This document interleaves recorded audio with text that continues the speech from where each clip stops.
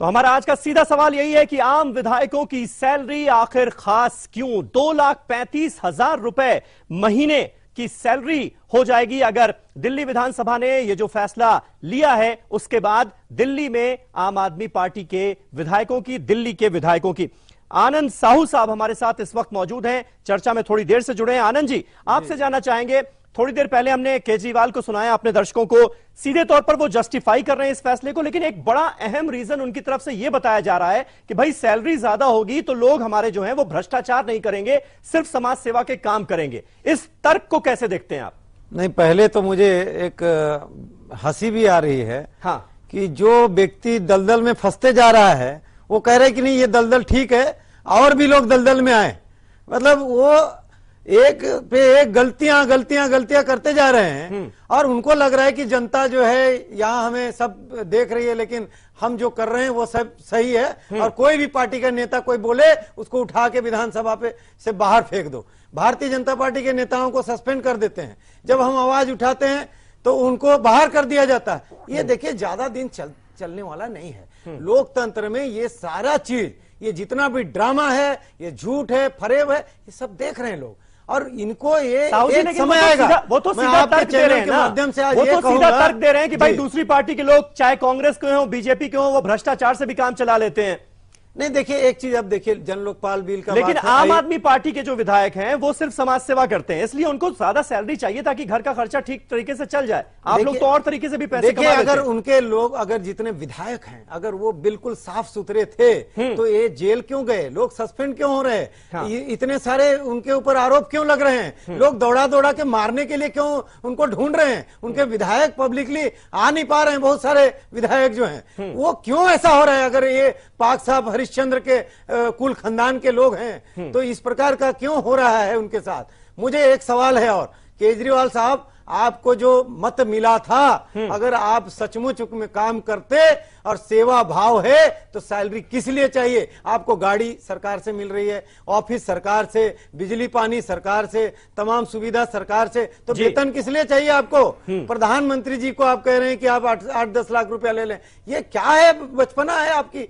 अगर देश की, अगर जनता को अगर कुछ दे सकते हैं तो उसके लिए आपके पास क्या एजेंडा है? आपने तमाम 70 के 70 जो है आपने अपना जो है मैनिफेस्टो में ऐलान कर दिया कि हमने ये करना है, आपने 5-7 भी नहीं कर पाए और जो किया है उसमें भी घोटाले पे घोटाले हुए जा रहे हैं। तो मैं आलोक जी, लेकिन इस तर्क का क्या जवाब है आपके पास? जी, केजरीवाल साहब साफ तौर पर कह रहे हैं कि भाई मुझे लगता है जेल जाएंगे के जो विधायक हैं वो दूसरे तरीकों से पैसे कमा लेते हैं, इसलिए उनको जरूरत नहीं होगी। आम आदमी पार्टी के विधायकों को तो जरूरत है, वो सिर्फ समाज सेवा का काम कर रहे हैं।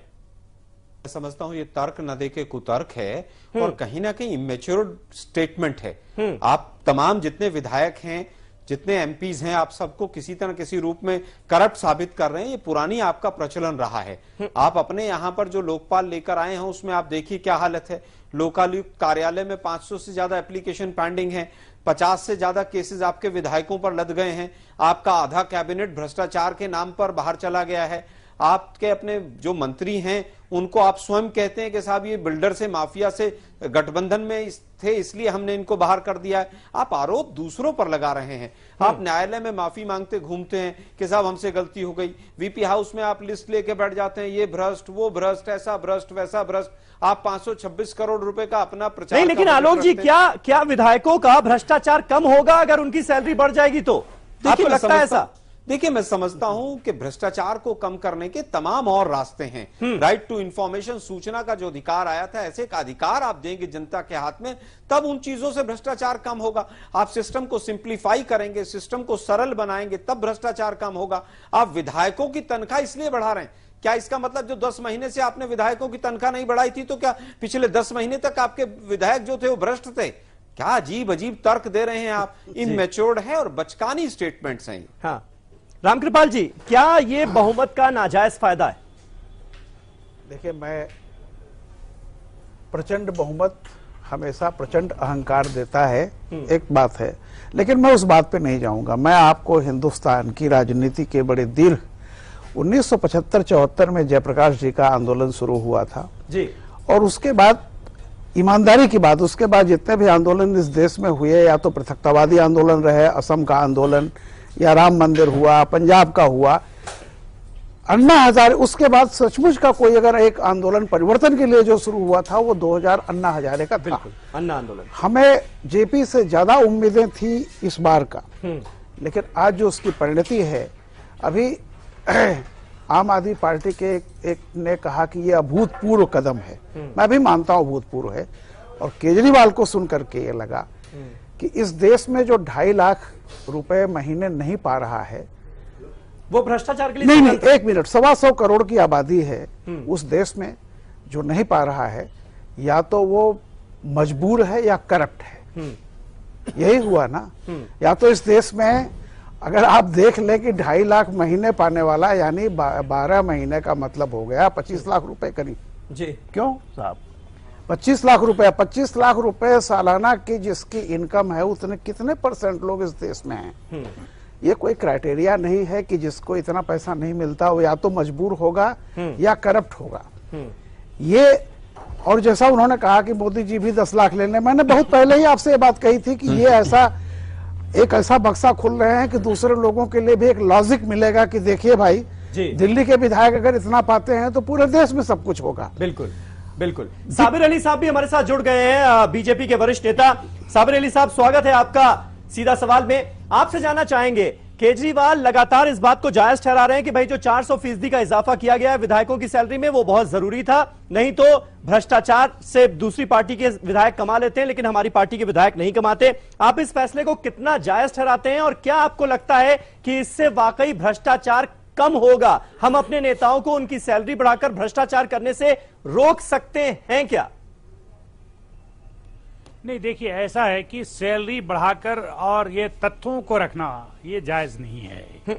और मैं ये नहीं कहता हूं कि सैलरी बढ़ गई, बहुत ज्यादा बढ़ गई या कम बढ़ गई, लेकिन हर चीज की एक सीमा है। और केजरीवाल ये बेहतर तरीके से जानते हैं कि उनके लोगों पर, उनके विधायकों पर उनका अपना नियंत्रण नहीं है और आने वाले दिनों में और नियंत्रण वो खो जाएंगे। उनको डर इस बात का है कि आने वाले दिनों में ऐसा नहीं है कि 2/3 विधायक उनसे खफा हो जाए और दूसरा कोई पैरेलल तैयार हो जाए और उनको बेदखल कर दे। इसका डर था और इसलिए उन्होंने इस तरह के कदम उठाए। लेकिन आनंद साहू साहब, एक बात लगातार ये कही जा रही है कि भाई इससे पहले कौन सी ऐसी विधानसभा में हुआ कि एक इंडिपेंडेंट कमेटी बनाई जाए, वो इन तमाम तथ्यों पर चर्चा करे, देखे कि भाई एक विधायक की सैलरी कितनी होनी चाहिए। ये सब तो पहली बार हो रहा है, ये आम आदमी पार्टी कह रही है, उसके बाद भी आपको ऐतराज है?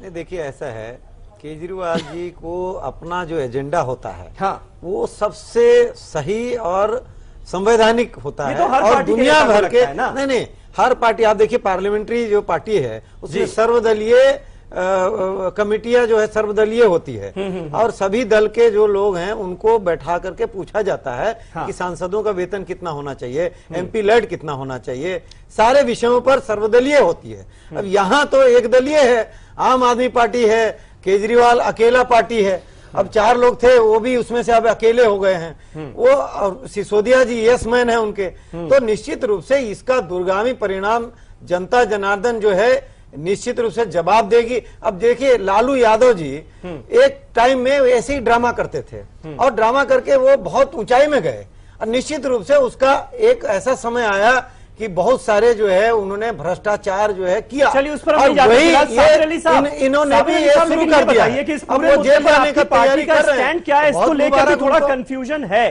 कांग्रेस खुलकर विरोध कर रही है, सड़कों पर उतर आई कि भाई इतनी इजाफा नहीं होना चाहिए इतना सैलरी में, लेकिन बीजेपी के कुछ नेता कह रहे हैं कि नहीं ये जायज भी है, दिल्ली में खर्चे भी बहुत ज्यादा हैं, कुछ विरोध कर रहे हैं। असल में स्टैंड है क्या बीजेपी का?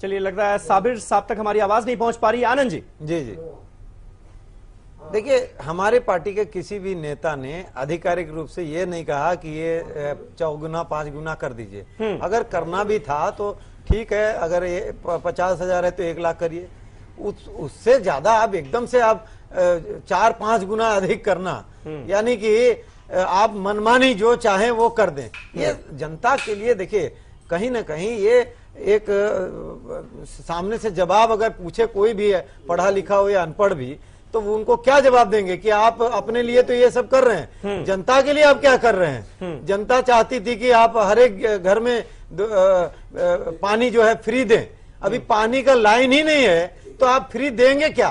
तो ये सारे विषयों पे जनता चाहती थी कि बहुत रैपिडली काम हो और यहाँ पर जो है लॉ एंड ऑर्डर बढ़िया सब कुछ हो, करप्शन ठीक हो, सारे विषयों पे काम करना था। आज अरविंद केजरीवाल जी इन चीजों पे हट करके जो अपने विकास की बात, जैसे आप देखिए एडवर्टाइजमेंट पे, क्या जरूरत है एडवर्टाइजमेंट? आप आज देखिए जितना काम करेंगे एडवर्टाइजमेंट उतना होगा।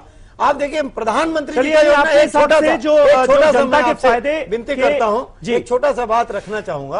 आप देखिए पहले भी स्वच्छता अभियान चलती थी, लेकिन आज प्रधानमंत्री जी जो एडवर्टाइजमेंट के माध्यम से चलती थी उसको कम किया और खुद आगे बढ़ करके इतने बड़े पैमाने में उसको ले आए, क्रांतिकारी स्वरूप दे दिया कि एडवर्टाइजमेंट का खर्च कट गया। तो उसका फायदा जनता को मिल रहा है। मेरा ये कहना है कि कहीं ना कहीं हमें इस प्रकार का सर्वस्पर्शी कार्य को आगे बढ़ाना चाहिए। देखिए मैं थोड़ा सा, मैं किसी पार्टी की बात नहीं करता।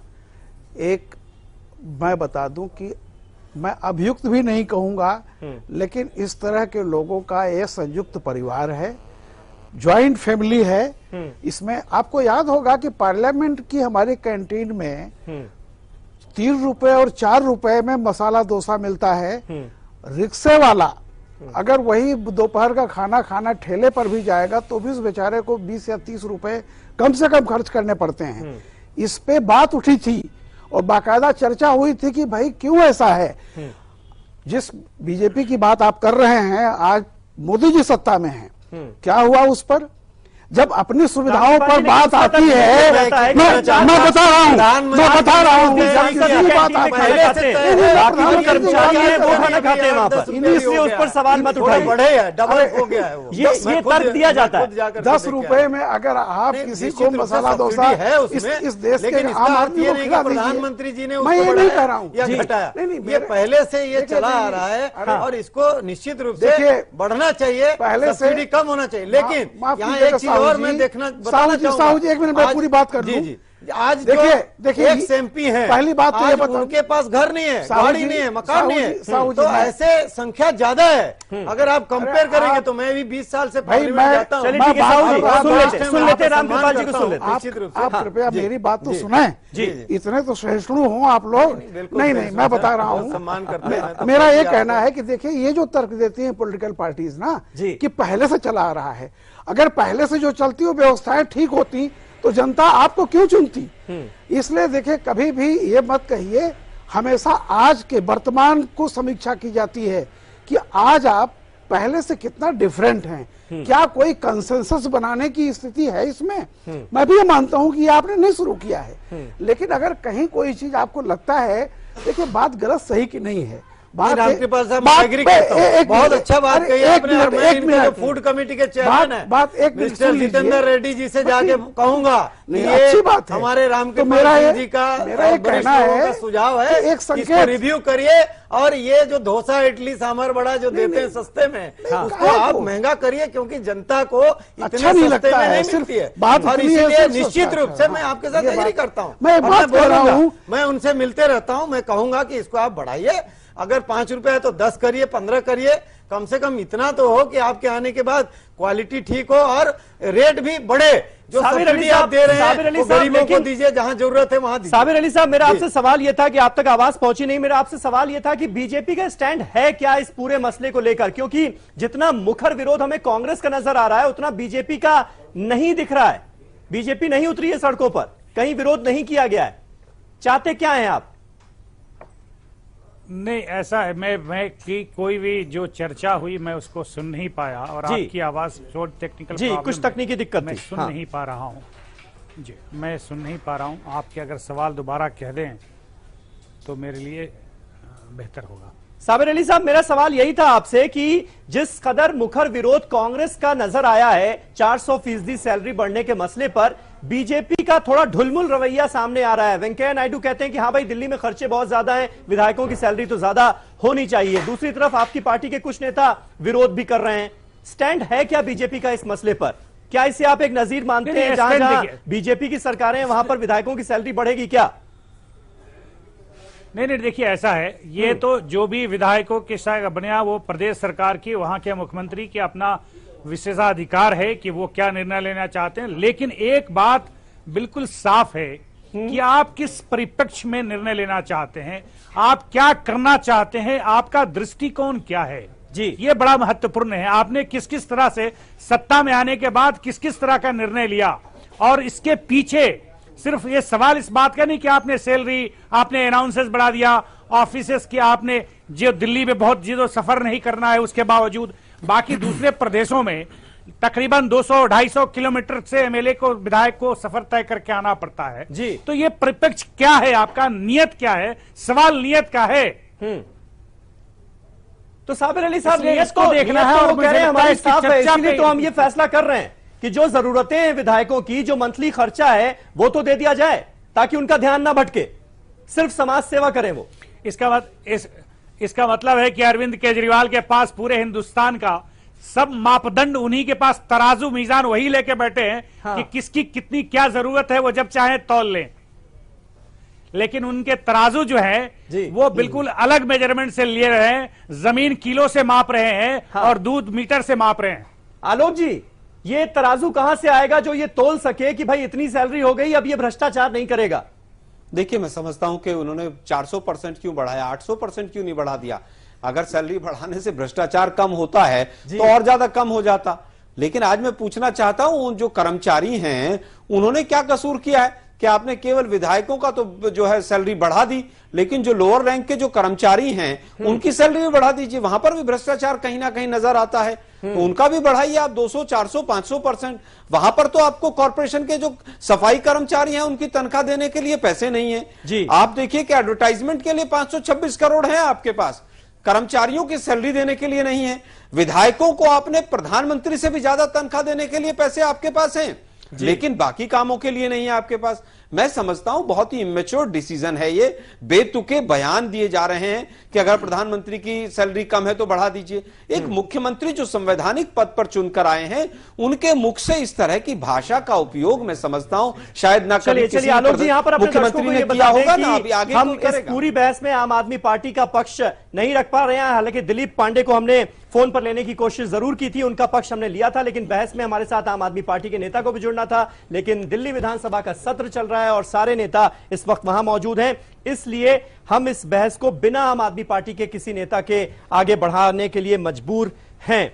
फिलहाल आपसे जानना चाहेंगे रामकृपाल जी, ये जो बात की जा रही है कि कर्मचारियों की सैलरी भी तो फिर बढ़नी चाहिए, जो दिल्ली सरकार के मातहत जो कर्मचारी हैं, जो सरकारी कर्मचारी हैं, वो भी तो ये दलील देंगे कि भाई हमारी सैलरी भी तो बढ़ाओ, हम भी तो दिल्ली में रह रहे हैं, हमारे भी खर्चे बहुत ज्यादा हैं, नहीं तो हम भ्रष्टाचार कर सकते हैं।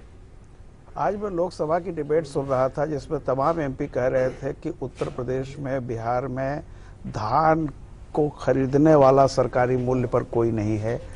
किसान मरने की कगार पे है, वो तो अपनी फसलों का सिर्फ उचित मूल्य, अपने श्रम का मूल्य मांग रहा है जी। वो भी ये व्यवस्था नहीं दे पा रही है। और आज एक वाक्य केजरीवाल जी ने कहा कि ओबामा के सामने मोदी जी, तो मुझे लगता है कि अगर वाकई मोदी जी की सैलरी 10 लाख होती तो शायद ओबामा जी की निगाहों में उनकी इज्जत बढ़ गई होती। क्या क्या तर्क दिए जा रहे हैं इस मुल्क में, बताइए। और ये लाइव टेलीकास्ट है, सब लोग सुनेंगे जी। मुझे लगता है कि हम लोग तो ठगे जाने के लिए अभिशप्त हैं, क्या करेंगे। जिससे भी उम्मीद लगाएं वही होता है। मैंने रघुवीर सहाय की बताई ना, 77 में लिखा था, और तब जनता पार्टी के लिए उन्होंने लिखा था जो बनने जा रही थी। उन्होंने कहा था कि व्यवस्था की बुराइयों से सहस्तित्व किए बिना कुर्सी पर नहीं बैठा जाता है, ये व्यवस्था भी ऐसे करेगी, ये सवाल उठाया था। और वही हुआ। और ये 2010 और 12 में जो आंदोलन अन्ना का हुआ, जिससे पूरे देश को उम्मीद बनी थी, उसकी परिणति इस तरह से हो रही है। मैं इससे ज्यादा और कुछ नहीं कहना चाहिए। आलोक जी, क्या लगता है आपको, क्योंकि पहले लगातार इस तरह की बातें की जाती थी कि भाई हम ऑटो से चलेंगे, हम कार नहीं लेंगे, हम बंगला नहीं लेंगे, और अब जब इस बार आम आदमी पार्टी की सरकार आई है तो सब कुछ बदला बदला सा नजर आ रहा है। इसे आप नेक नियति मानेंगे जिस तरह के बयान दिए जा रहे हैं, या फिर आप ये कहेंगे कि चरित्र बदल रहा है आम आदमी पार्टी का, या फिर सत्ता का चरित्र ऐसा ही होता है, हम ये मान लें? समीर भाई, देखिए, इस हिंदुस्तान के लोकतंत्र में तमाम अच्छे लोग आए हैं, तमाम खराब लोग भी आए हैं, लेकिन पहली बार एक ऐसी पार्टी आई है जो अपने आप को आदर्श और तमाम जो आइडियल्स हैं उसके पराकाष्ठा पर रखती है, लेकिन उनके जो कर्म हैं उनमें यू टर्न 24 घंटे नजर आता है। आप देखिए कि जिस दिन से ये लोग सत्ता में आए हैं, इन्होंने एफिडेविट तक बांट दिए थे 20-20 पॉइंट लिख के साहब हम ऐसा करेंगे, आए तो हम वीआईपी कल्चर नहीं होगा, तमाम चीजें, और उन सभी चीजों से पूरी तरह से इन्होंने यू टर्न ले लिया है। एक तरफ दिल्ली सरकार का बजट घटता चला जा रहा है, कलेक्शन नहीं है, आप व्यापारियों को परेशान कर रहे हैं, दिल्ली से व्यापारी शिफ्ट कर रहा है पड़ोस के राज्यों में। दूसरी तरफ आप इस तरह का काम कर रहे हैं जिससे आम आदमी की नजरों में राजनीतिज्ञों का ही जो स्तर है वो गिरता चला जा रहा है कि अरे यार, पार्टी केजरीवाल ने जब ऐसा कर दिया, ये पॉलिटिशियन तो सारे ही ऐसे होते हैं। तभी इसीलिए आपका जो पार्ट जो क्वेश्चन का तीसरा आया है कि राजनीति का चरित्र ही ऐसा होता है, ऐसा नहीं है। राजनीति में हर तरह के लोग आते हैं, अच्छे भी आते हैं, खराब भी आते हैं, लेकिन आज पार्टी केजरीवाल ने आंदोलन के ऊपर एक तो काला तिलक लगा दिया है। अगले 50 साल में भी हिंदुस्तान में कोई आंदोलन सफल नहीं होगा। कहेंगे साहब ये सब ऐसे ही अन्ना का बेवकूफ बना के, इस तरह के जैसे केजरीवाल साहब सत्ता तक पहुंचे थे, इसी तरह से वही काम आगे वाले करेंगे। अब अन्ना जी के दरबार में फिर पहुंच गए हैं। मैं समझता हूं कि इस तरह से राजनीति नहीं होती है। आप दिल्ली की विकास की बात आलोक जी, आपने एक बात का जिक्र किया राजस्व का। उमेश सहगल जी, आपसे जानना चाहेंगे, आपके हिसाब से, आप खुद मुख्य सचिव रहे हैं दिल्ली के, आपको लगता है कि दिल्ली का जो राजस्व है वो इतनी भारी भरकम सैलरी अलाउ करेगा? नहीं, एमएलए सिर्फ 70 है तो शायद बजट अलाउ कर देगा। कुछ करोड़ का खर्चा होना है, ये तो हजारों करोड़ का बजट है। हाँ, नहीं, लेकिन सरकार की तरफ से जिस नैतिकता की बात की जाती है, उस नैतिकता के मद्देनजर इस कदर इंक्रीमेंट क्या ठीक है? कुछ इंक्रीमेंट चाहिए था। हाँ। अब डिस्कस ये किया जा रहा है कि उसका क्या बेसिस होना चाहिए। उसका बेसिस पे कमीशन वगैरह ने, इतनी पे कमीशन बैठी हैं, आज 7वीं पे कमीशन थी। हाँ। उन्होंने क्लियरली ले डाउन किया हुआ है, एक तो जो इन्फ्लेशन हुई है उसको आपको न्यूट्रलाइज करना है। तो अगर 50,000 एक सैलरी फिक्स थी पहले, उसके बाद 10% इन्फ्लेशन हो गया तो 55,000 तो सीधा बन जाता है। दूसरा ये है, आप ये देखते हैं कि उस जमाने में, उस पीरियड में आपकी पर कैपिटा इनकम कंट्री में कितनी बढ़ी है। अगर पर कैपिटा इनकम मान लीजिए 20% का इजाफा हो गया पिछले 10 साल में, वो 20% का ही बढ़ा देते हैं। हाँ। उसके बाद एक पैकेज बना के आपस में डिस्ट्रीब्यूट करते हैं, मगर ब्रॉडली यही फॉर्मूला होता है। तो यही फॉर्मूला एमएलएस के लिए क्यों नहीं फॉलो किया जा सकता? ये ब्रॉडली इनको फॉलो करना चाहिए।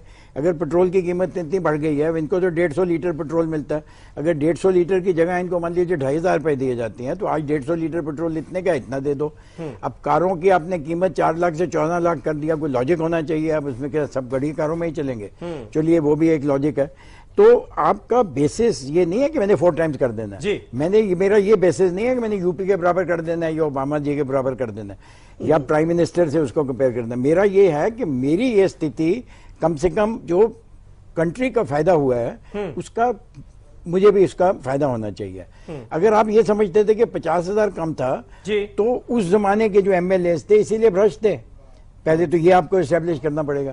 तो ये चीज बिल्कुल इनकी गलत है। एक तो भ्रष्टाचार और सैलरी का कोई रामकृपाल जी, लेकिन अगर हम ये बहुत सारी हमने नेगेटिव बात कर ली, अगर हम इस फैसले के पीछे की पॉजिटिविटी को देखना चाहें, आज राजनीति की क्या छवि है हमारे और आपके बीच और इस देश की जो यंग जनरेशन है उसके बीच, वो हम सब जानते हैं। राजनीति में कोई एंटर नहीं करना चाहता। राजनीति और राजनेताओं की ऐसी छवि बन गई है कि भाई राजनेता है तो भ्रष्टाचार ही करेगा, हम तो ऊपर की कमाई लेंगे। क्या जब इस तरह से सैलरी बढ़ाकर एक शानदार वेतन करने की कोशिश की गई है, तो क्या इसका एक पॉजिटिव असर भी पड़ेगा? जो अच्छे लोग हैं, जो साफ सुथरी छवि के लोग हैं, जो भ्रष्टाचार से जिनका कोई वास्ता नहीं है, वो राजनीति की तरफ अग्रसर होंगे क्या? देखिए, अगर आपको यह लगता है कि राजनीति में लोग इसलिए नहीं आते कि 80,000 थे अब 2 लाख हो गए तो लोग राजनीति में आना शुरू हो जाएंगे, ये बेसिकली गलत चीज है। ये सोचना, ये धारणा ही गलत है। मैं बता दूं, सच्चाई से दूर है। जिसे राजनीति में आना होता है, दोनों तरह की चीजें होती हैं। या तो करप्शन करना है या फिर सिद्धांत के चलते लोग आते हैं, सेवा भी करने आते हैं। और मैं बता दूं, देखिए राजनीति कोई कारपोरेट सेक्टर उस तरह से नहीं है। खुद मोदी जी ने भी कहा, प्राइम मिनिस्टर का लिटरल मीनिंग जो है वो है प्रधान सेवक, प्रधान नौकर, ईमानदारी की, जिसको उन्होंने खुद कहा है। और सेवा भाव के चलते लोग आते हैं, ठीक है, उनके सर्वाइवल के लिए होना चाहिए, मैं इस बात का कतई विरोधी नहीं हूं, वो होना चाहिए। लेकिन एक चीज आप जान लीजिए, एक लड़का अगर कहता है, उससे कोई पूछे कि भाई कहाँ तुम्हारे परिवार के लोग कहाँ रहते हैं, कि कौन कौन पिताजी, अगर वो ये कहता है कि पिताजी मेरे साथ रहते हैं जी, तो उसके पिता को बहुत दुख होगा। अगर वही कहता कि मैं पिताजी के साथ रहता हूं तो होता है। आप संबंध होते हैं, जो सत्ता में बैठे लोग हैं उनसे जनता की उम्मीदें दूसरी होती हैं। वो कहीं देखिए, सिवाय जुडिशियरी और सिवाय ये एग्जीक्यूटिव के, जनता किसी और की तरफ नहीं देखती, निहारती रहती है। तो आप कुछ भी करने जाए ये जरूर सोचें कि हो सकता है कानूनी तौर पर तार्किक रूप से आप सही हो, लेकिन आप संदेश क्या देने जा रहे हैं ये आप समझ लीजिए। चे गवेरा ने अगर संघर्ष किया, जंगलों में था जी, तो आप सत्ता के लिए संघर्ष करने आए थे, आंदोलन शुरू हुआ था। एक बेसिक सवाल है जी कि इस पार्टी से आप लोगों से उम्मीदें बहुत अधिक, बिल्कुल उम्मीदें बहुत ज्यादा, तो कम से कम आप कीजिए, बढ़ाइए, लेकिन तर्क ऐसे मत दीजिए कि बिल्कुल लोगों को ये नागवार गुजर रहा है, जनता को भी। बहुत बहुत शुक्रिया रामकृपाल जी हमारे साथ इस बहस में जुड़ने के लिए। आलोक शर्मा जी, उमेश सहगल जी और आनंद साहू जी, आपका भी बहुत बहुत शुक्रिया हमारे लिए वक्त निकालने के लिए। तो कुल मिलाकर लबोलुआब यही है कि आम आदमी पार्टी ने जो बड़ी लकीर खींचने की कोशिश की थी, जिस तरह से आदर्शवाद की बात की गई थी आम आदमी पार्टी की तरफ से, आज इस फैसले से एक हल्का झटका तो जरूर लगा है। लेकिन उसके बावजूद भी अगर दिल्ली सरकार की तरफ से फैसले सही किए जाते हैं, आम आदमी पार्टी के विधायकों का कोई भ्रष्टाचार सामने नहीं आता है, तो हम उस पर भी चर्चा करेंगे कि इसमें क्या पॉजिटिविटी छुपी हुई थी और अरविंद केजरीवाल का यह फैसला कितना सही था, कितना गलत। फिलहाल सीधा सवाल में मेरे साथ बस इतना ही। एक छोटा सा ब्रेक ले रहे हैं। लाइव इंडिया पर खबरों का सिलसिला